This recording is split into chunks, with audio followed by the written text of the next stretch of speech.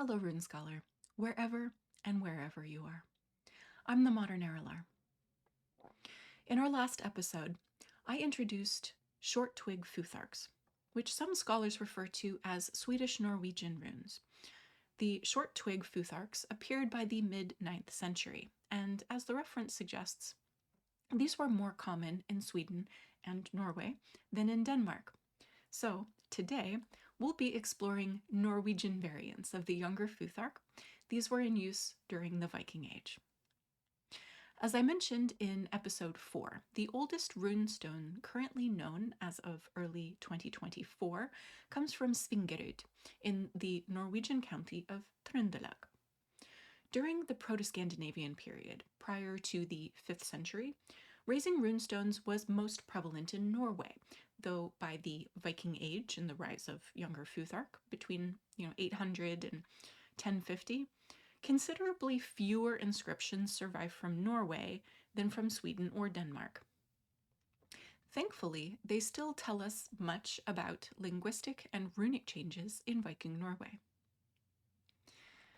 Over episodes 6, 7, and 8, I described the Z of Proto-Scandinavian evolving through a palatal R, j sound into a typical R sound in Younger Futhark. In Norway and Norwegian settled areas, the final R evolved from the Z to the palatal to a regular R very quickly, so the Yr rune became redundant, and the regular Reið rune was used even at the end of words. The first instance that we see of Reið replacing Yr is from the second quarter of the 11th century on the Dynna stone N68 with the words Gunvor and Tolter. Accordingly, when we see Yr at the same time, we see it taking on a new sound, especially here in the Olderness inscription N210 from between 1040 and 1050, where Yr appears as a Y sound in the diphthong of the name Øyvinder, and this contrasts with the appearance of the final R that ends the name, this being a Reið rune. We know this sound change could have occurred as early as the 10th century, since the Anglo-Saxon and the Danish rune poems tell us that this rune became called Yr, but the runestone inscriptions give us harder evidence that this change definitely occurred by the earlier half of the 11th century. Eventually, this practice spread to the rest of Scandinavia as the differentiation between R sounds disappeared overall. In this slide, you'll see that I'm therefore using Y alongside the ending R character. I haven't yet been able to locate full Futhark rune rows from Viking Age Norway, which would give us very clear examples of both the order and the shape of the runes, like I've been providing from Denmark. But if we compare multiple runic inscriptions dated to approximately the same period, we can put together an approximate and heavily caveated Futhark for Viking Age Norway. If you happen to know of a full Viking Age Norwegian rune row, please let me know in the comments. I'd love to be able to grow my own knowledge and to share one. Thankfully, we still know full Younger Futhark rune rows from Norway, even if they're a little later than the Viking Age. In these two rune-sticks from the Bryggen dig at Bryggen, we have a mix of long and short-twig runes. And I find these particularly interesting in that rune writers are still carving rounded forms, even when some might argue that a pointed form might be easier to make with a knife when you're working on wood. There are quite a few other full rune rows from Bryggen from around the same time, and they show remarkable consistency. If you look at the dates on these finds, you'll notice that these are more medieval, but they are still Younger Futhark inscriptions. We also know the Hafstad inscription from Aust-Agder. This also contains a full Futhark rune row here in the top row that was inscribed by Finn and Olaf somewhen after 1100. When we compare these futharks side by side, we can see what Michael Barnes points out, that some of these runes are Short-Twig and some of these runes are Long-Twig. The Fe, Björko, and Yr are Long-Twig, whereas the Nauð, or Sol, and Tyr runes are Short-Twig. Barnes refers to it as a mixed futhark, and more frequently than not, Norwegian rune writers used a mixed futhark on their runestones. For example, on N251 from Stavanger, we can see both this shape and this shape being used for A sounds, and they are pretty much the same sound. There are also two S runes, this more normal shaped sol here, and this Long-Twig variant sol, which is used twice in the inscription. This usage of multiple runes for the same sound means that these runes are allographs of each other, but we do also have clear examples of the sounds of runes evolving.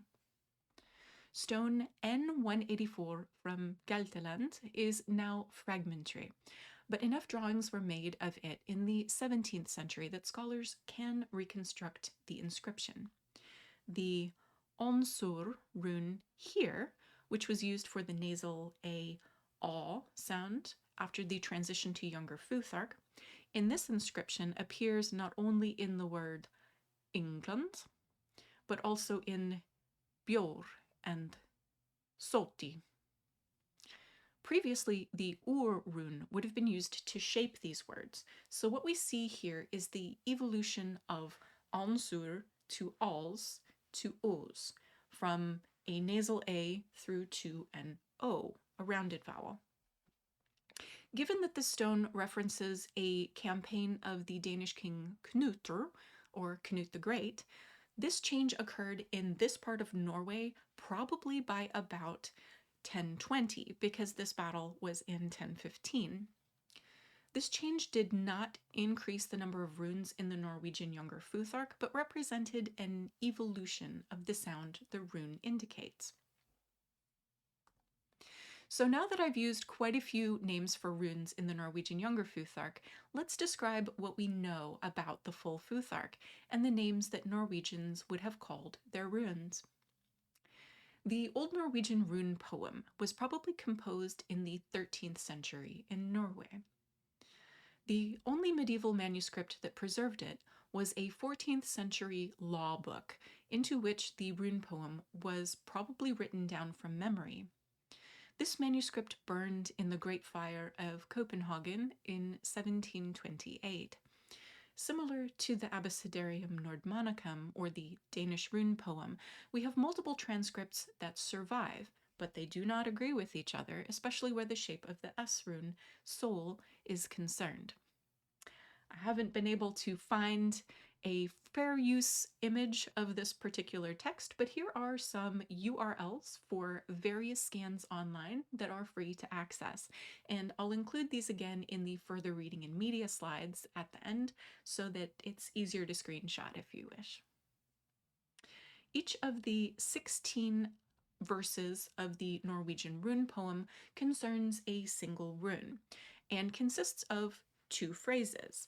The first phrase gives the rune name, and the second rhyming phrase gives a riddle, the two being pretty difficult to connect thematically. If you see what I mean, to give the translation of the Old Norwegian Rune Poem, Fe, wealth, causes family strife. The wolf breeds in the forest. Yr, slag, comes from bad iron. Often the reindeer runs or slips on frozen snow. Thors, the giant, causes women death. Few are cheerful with evil. Ås, river mouth, is the road most traveled, and the sheath is the road of the sword.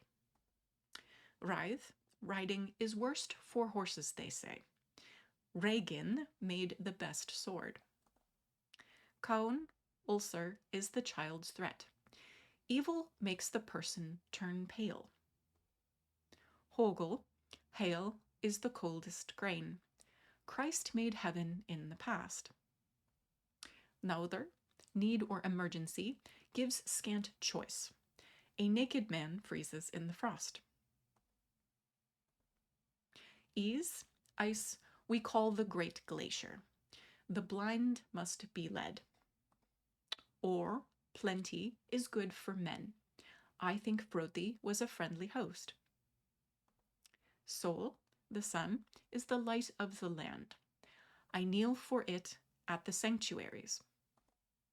Tyr is the one-handed god. Often the smith must blow the bellows. Björkr, the birch, has the greenest leaf on branches. Loki was lucky in deceit. Mother, humanity, is the soil given glory. Great is the claw of the hawk. Lauger, the waterfall, is what falls from the mountain. River and gold is jewels. Yr, yew, is the most evergreen of trees. Wherever it burns, you can farm.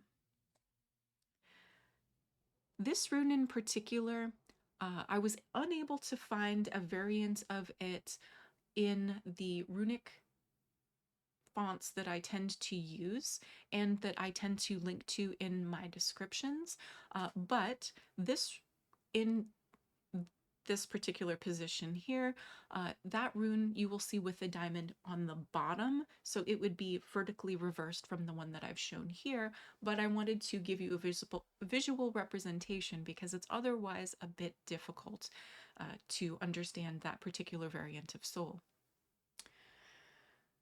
Aslak Liestol argued that the riddling lines of the Norwegian rune poem represent a kenning for the shape in which the rune is written, and more recent scholars have added possible identifications to this pictographic interpretation.